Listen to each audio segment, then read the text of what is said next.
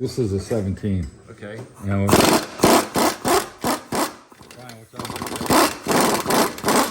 okay, so we got the pressure off the bar now, and we'll get that one pried out a little bit. There should really be no tension on this thing now.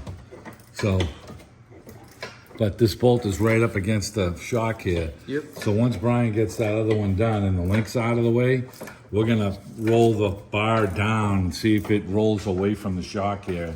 That's hopefully what's gonna happen. Then we'll get the bars down, we'll get the top bolts tight, and then we can roll it back up in place. If we have two of the jacks underneath the suspension, we push the suspension up, it'll make it easy for the links, for the bolts to line back up in here. You can't force it down and get it in there, it's gonna be difficult. It'll be easy to just push the suspension up. Yeah! All right. All right, so we're gonna loosen the bottom bolt on the shock. What size is that? It's 21. 21 mil. We have no room up here in between the bolt and the shock. So we took the other shock off and we gave some room. So we're gonna see, by taking this one off, what we get.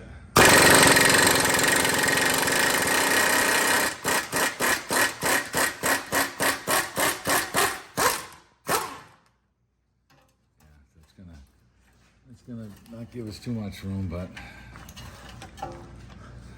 so Watch out for that washer. yeah, man, don't give you that much room. I'll tell you that much. I don't know if we're better off pushing this shock the other way. Let it go. Yeah, it might be if we pry this down now. It's tight, man. I'll tell you, it is real tight. We're gonna get something to pry this thing down. Yep. And then we'll see if we can get onto the Basically, shock. we're trying to gain some room around the shock to get that bolt up there out to change out these sway bar links. I got the bar up so that we're pushing down on it. Brian's got the 2 wrenches on it. He's cracking it loose. He had to come from the backside through the coil spring to get this off. And we're gonna keep going with it. It's kind of a slow journey to get them off. And then we're just hoping that we can have enough wobble room that we'll be able to slide the bolt and the link off. Looks like you're gonna have to put the top bolt in the link to get it back through the sway bar. Very tight.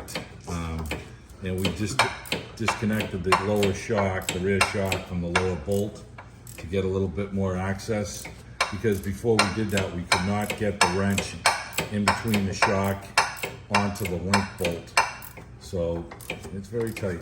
So he's gonna get this bolt out and then we will come back here.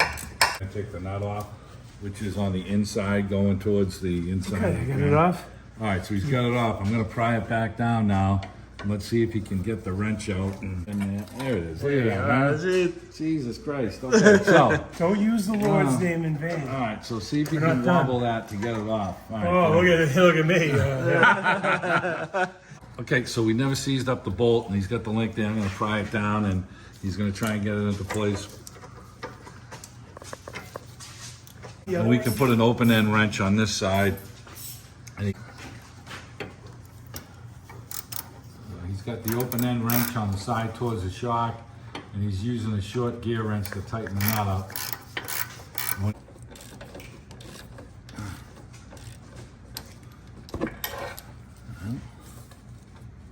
Yeah, almost there. Steve, you recall where you put the little screw for this?